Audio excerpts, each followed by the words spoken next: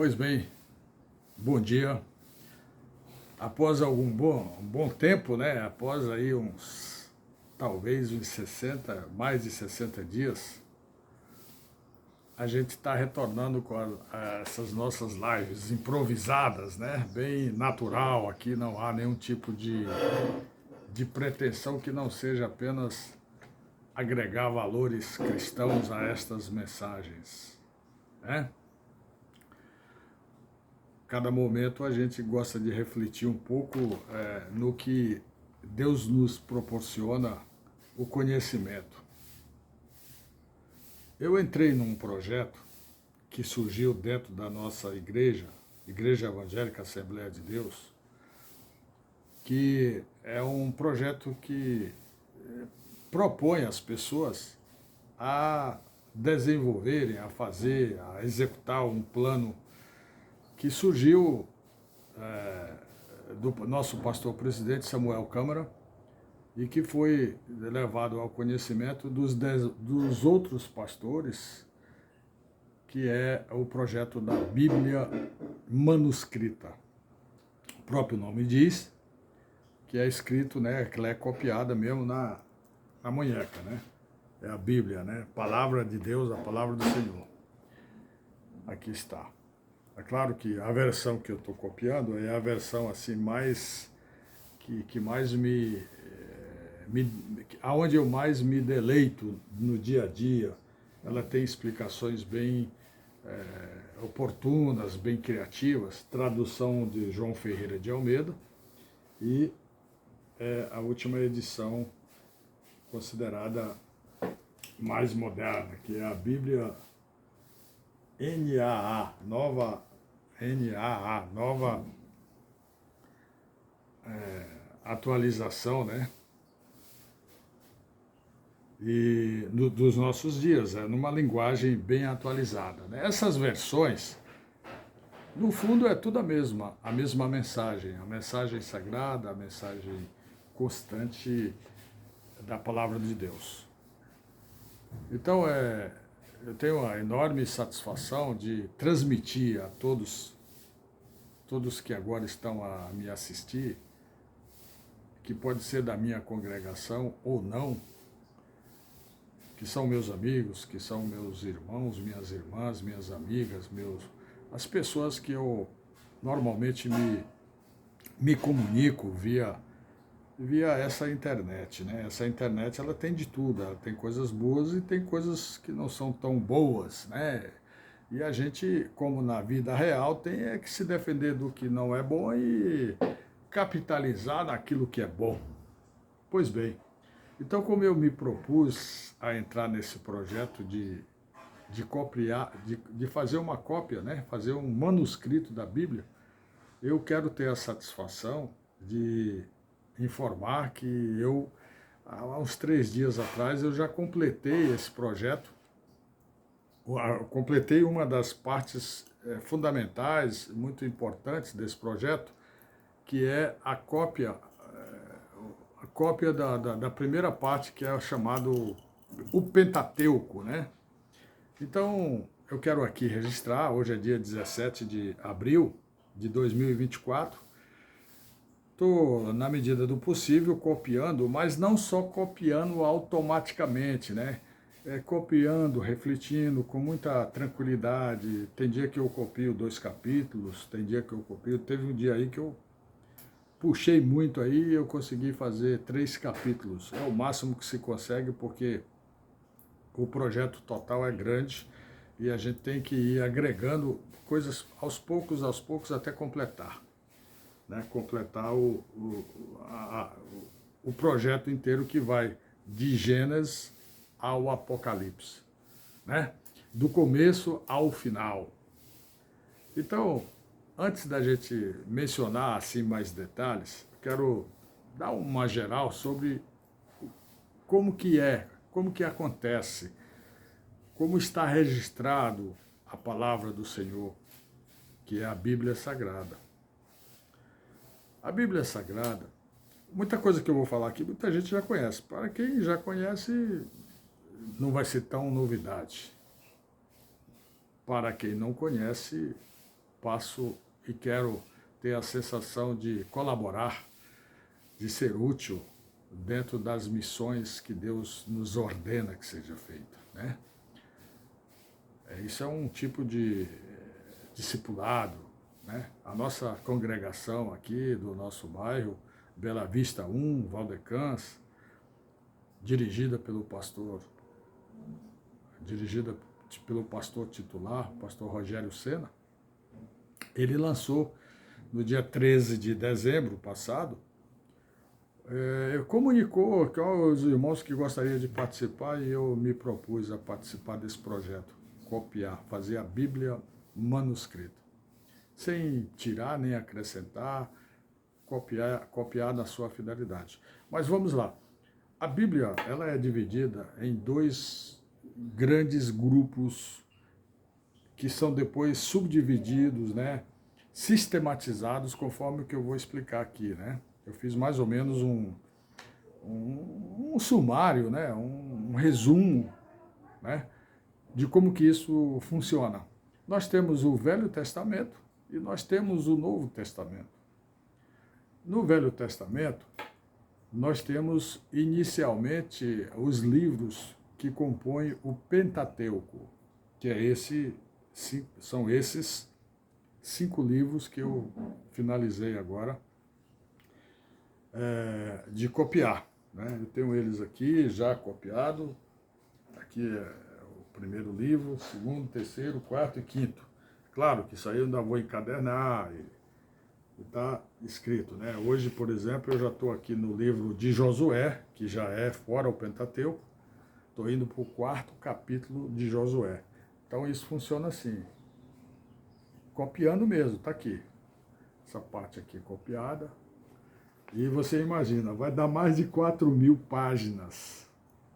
Mas pretendo, talvez ainda esse ano, pelo menos se aproximar do final. Senão fica para próximo ano. Então, como eu estava dizendo, o Pentateuco, ele na verdade, ele é mesmo uma raiz que estabelece princípios de conhecimento desde quando tudo começou, da nossa conscientização de existência e tal. Aí está registrado no livro de Gênesis.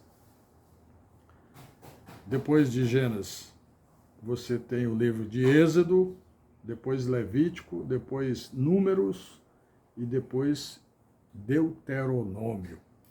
Cada livro desse tem, em média, 35 capítulos, né? Desses capítulos ainda tem uma quantidade de versículos, mais ou menos na faixa também de 25 a 37 versículos, né? Então, é importante. O livro de Gênesis menciona sobre a criação do mundo e tal. Aí a pessoa estudando depois. É claro que o objetivo desse manuscrito não é vender, ganhar dinheiro, não. É apenas uma satisfação pessoal de reproduzir a palavra, deixar aí um feito na minha vida. Quando eu mais tarde for para a glória de Deus, esse trabalho eu deixo aqui. Se for permitido também, porque pode ser que daqui a pouco a gente seja arrebatado e vá ao encontro do Senhor. Essa questão de ser arrebatado é uma coisa que as pessoas não valorizam, não acreditam, ou acreditam desacreditando, ou todos nós todos nós seremos arrebatados. Uns vão antes, outros depois. E o arrebatamento vai ser em conjunto com a humanidade naquele momento, que ninguém sabe.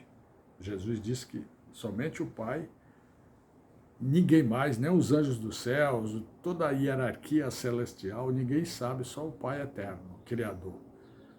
E isso é um dos mistérios existentes de Deus. E ninguém vai nunca descobrir.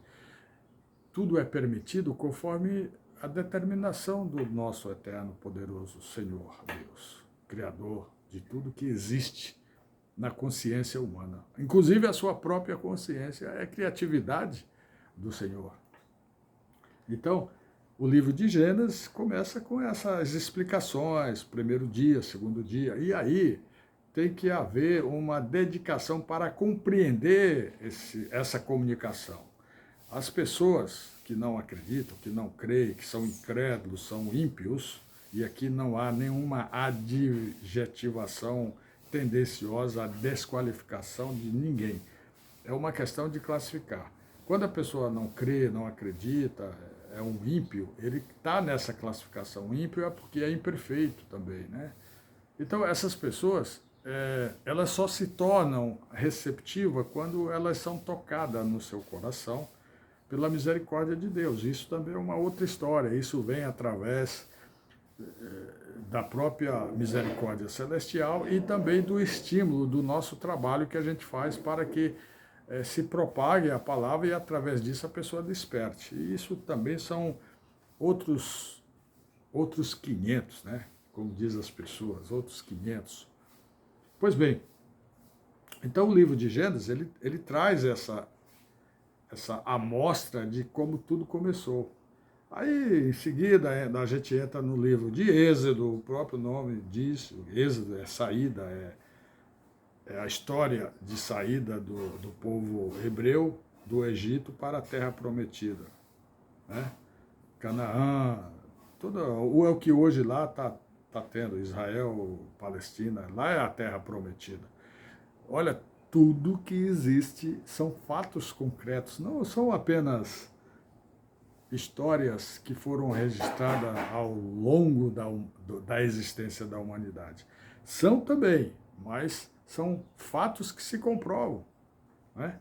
Depois você tem Levítico, que também tem todo o seu significado, que é uma história dos povos levitas e tal. Números, livro de Números e Deuteronômio.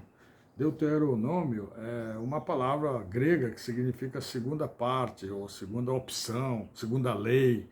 Tudo isso é dentro dos princípios canônicos, antigos, originais, desde as suas raízes. Então, isso aí, nessa primeira parte que eu completei, eu olho assim e já vejo que é um comecinho pequeno, mas já é grande coisa, grande feito.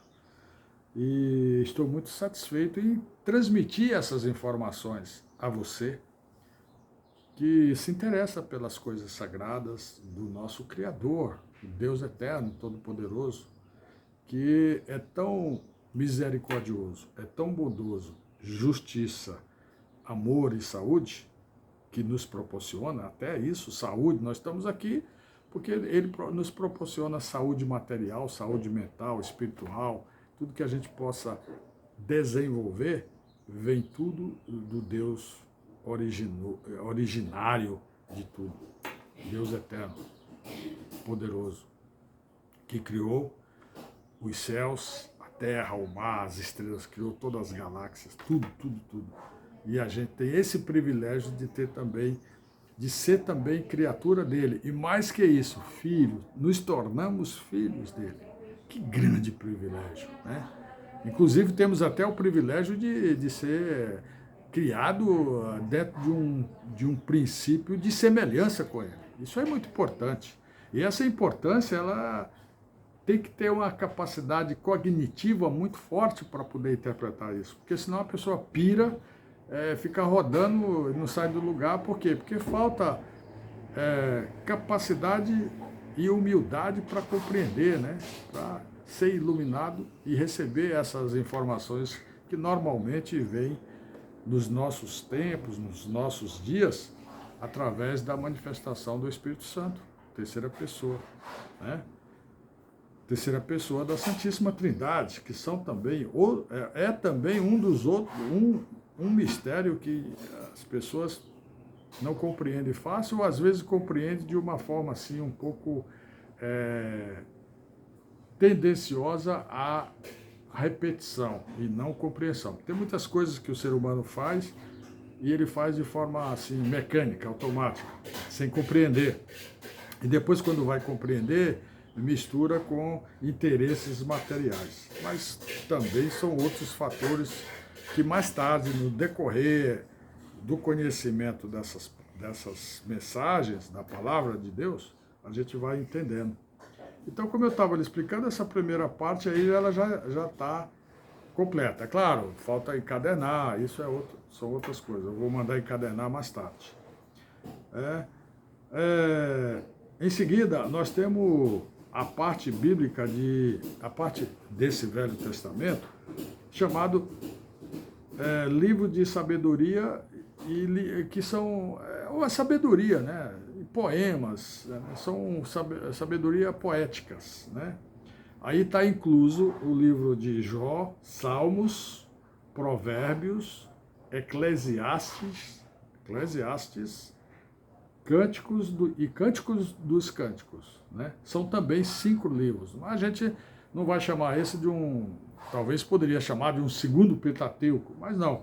A gente só fala que são 5. Porque quando fala Pentateuco geralmente de imediatamente raciocinado nos 5 primeiros livros, né? Depois dessa segunda etapa, tem os livros proféticos.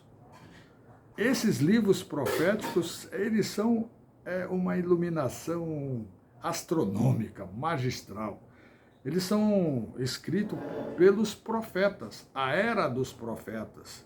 Aí a gente vai ter aí os livros de Isaías, Jeremias, Lamentações, Ezequiel, Daniel, Oséias, Joel, Amós, Abadias, Jonas,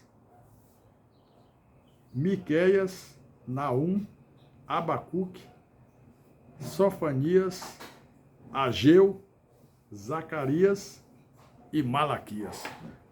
O Malaquias, ele foi o último livro do Velho Testamento.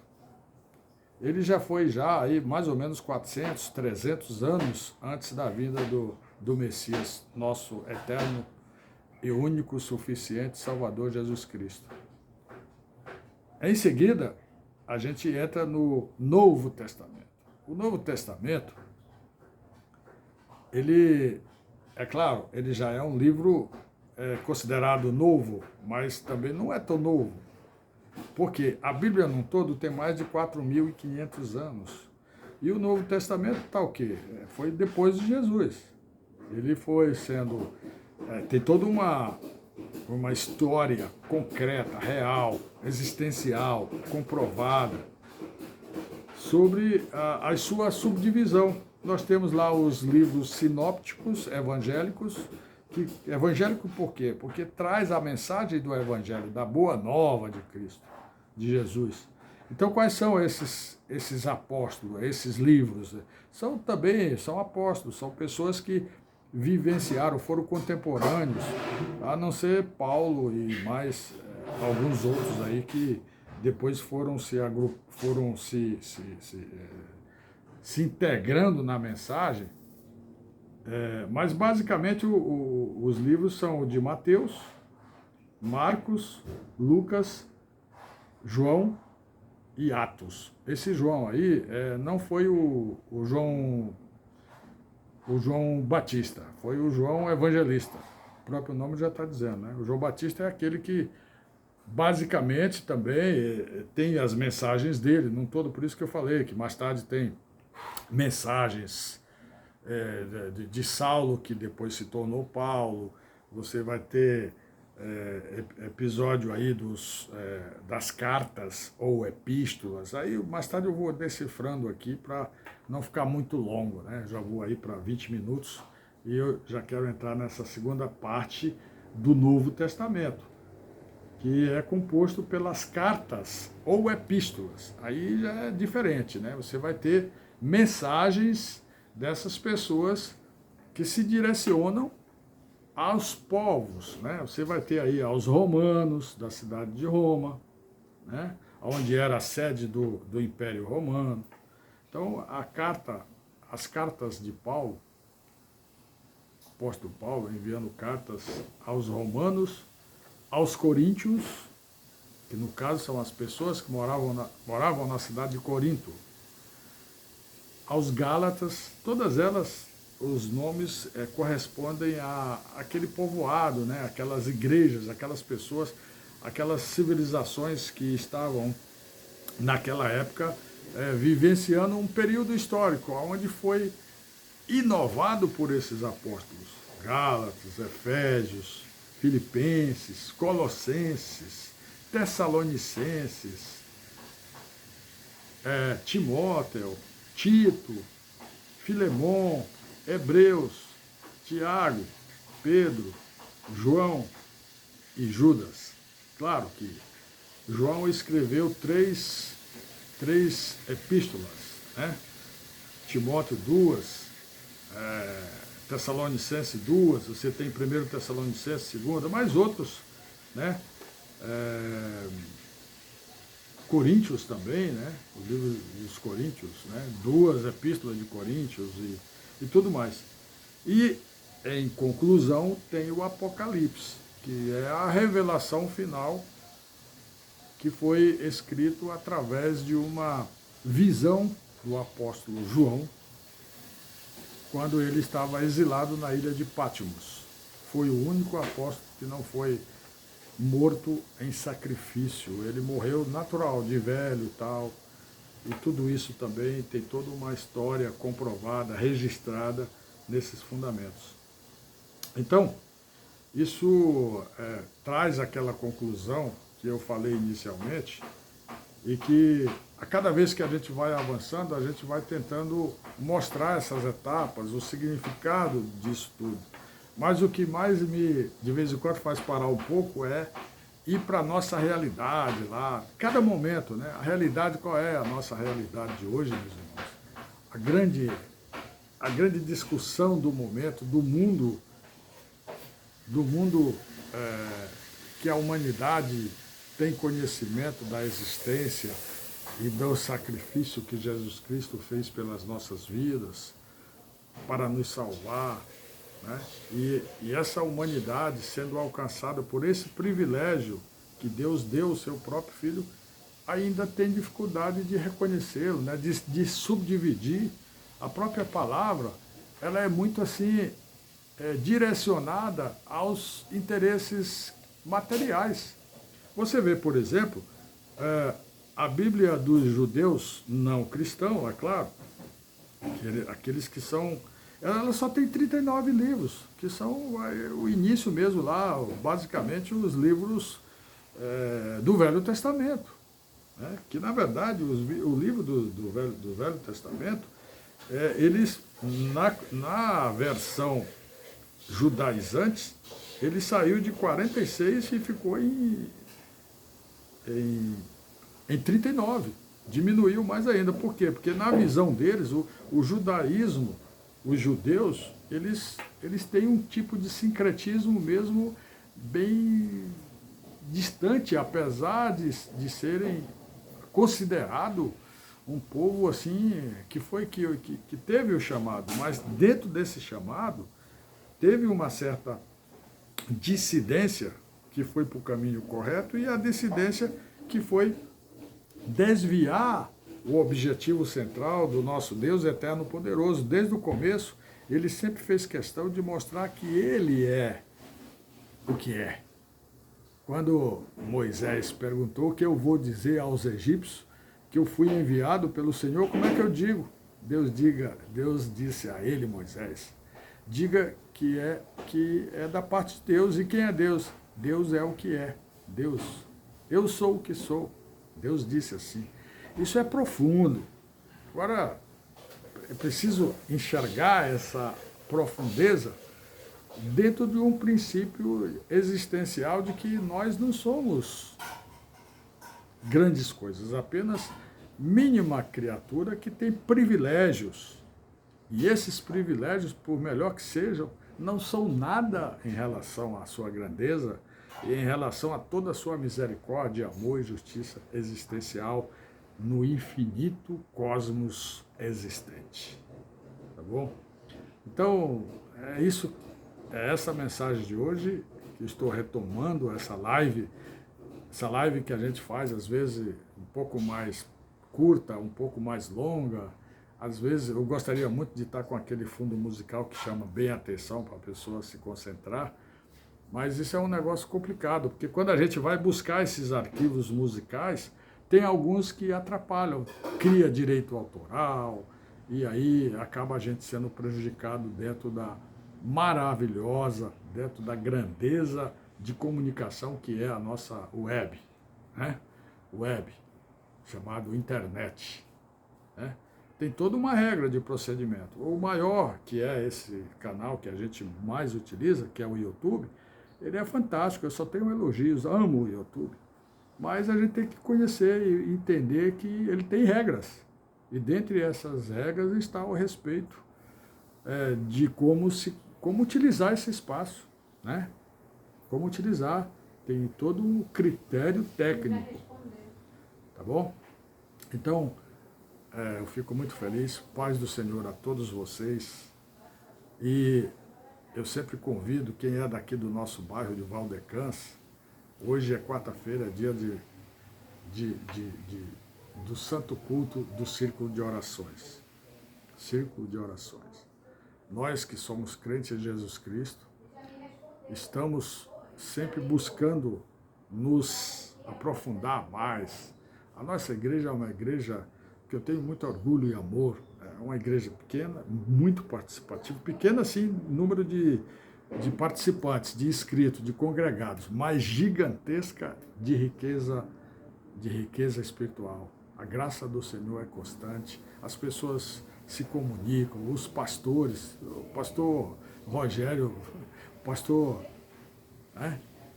auxiliar de imediato, que é o pastor Joel, depois tem o pastor Anderson, as pastoras, pastora Carla, pastora Euricarla, né, os pastores, a pastora Nilda, esposa do pastor Anderson, a pastora Soraya, né, esposa do pastor Joel, todas elas grandes pessoas, e as diaconisas, diáconos. Eu sou apenas um obreiro que está a caminho de aprender, né? Eu aproveito também para dizer que esse curso que o nosso grande irmão Manuel Vitor, está sendo coordenador, é absolutamente fantástico. Que glória, glória. A gente agradece, nós temos muitos. Irmãos, nós estamos muito felizes com a nossa atividade, né? A nossa atividade junto a Deus. Próximo sábado nós vamos ter o evangelismo. Aqui no nosso bairro, a gente vai lá para em frente o supermercado do bairro, que é uma área boa, passa muita gente, e lá cada um vai desenvolver o seu trabalho, a sua missão. Isso é constante, isso é maravilhoso. E depois tem a escola, a EBD, Escola Bíblica Dominical, culto à noite, e aí a gente vai até a volta de Jesus, né? Ele vai voltar para mim quando eu não estiver mais aqui. Ou então para todos nós em conjunto, que é o arrebatamento. Glória a Deus. Paz do Senhor a todos. Amém.